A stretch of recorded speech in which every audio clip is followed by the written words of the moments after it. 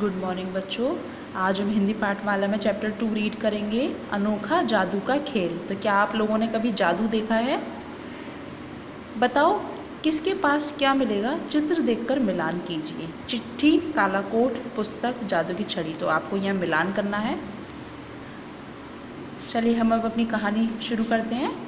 कक्षा में जादूगर के कपड़ों में हाथ में छड़ी लिए अध्यापिका वंदना जी ने प्रवेश किया। उन्हें देखकर सभी बच्चे बहुत प्रसन्न हुए। आपके स्कूल में भी कभी जादूगर आते हैं?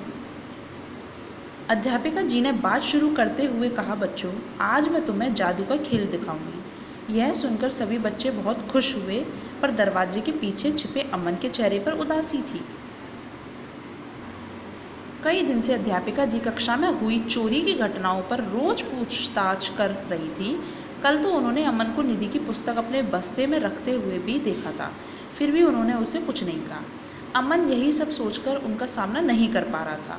तब भी अध्यापिका जी ने उसकी ओर देखते हुए कहा, अरे अमन, तुम यह दरवाजे के पीछे क्या कर रहे हो? अमन आनन फानन में चोरी किए गए सामान को दरवाजे के पीछे छोड़ता हुआ बाहर निकला और डांट पड़ने के डर से सिहर उठा।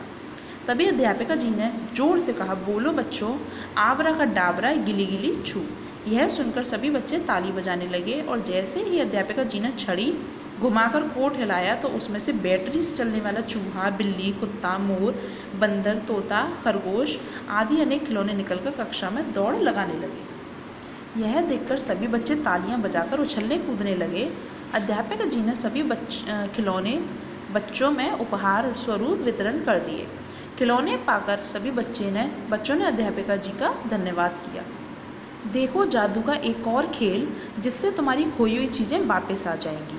अध्यापिका जी की यह बात सुनकर सभी बच्चे आपस में खुसुर फुसुर करने लगे। तभी पार्थ बोला, अध्यापिका जी क्या मेरा पेन भी जादू से वापस आ जाएगा? मेरी नई बॉटल भी? रिया ने कहा। निधि बोली, क्या जादू मेरी पुस्तक भी वापस ला सकता है? सभी बच्चे अपनी खोई हुई चीज़ों के बारे में अध्यापिका जी से पूछने लगे। अध्यापिका जी छड़ी घुमाकर मुस्कुराते हुए बोली, आबरा का डाबरा गिली गिली छू, निकल जा रिया की बोतल और पार्थ का पेन दरवाजे के पीछे से। जैसे ही उन्होंने दरवाजे के पीछे से बोतल और पेन उठाकर दिया, सभी बच्चे जोर जोर से ताली बजाने लगे। अब अध्यापिका जी ने कहा, जादू ओ जादू, निधि की पुस्तक को ले आ अमन के बस्ते में, छू छू। यह सुनते ही सभी बच्चे अमन के बस्ते की ओर देखने लगे।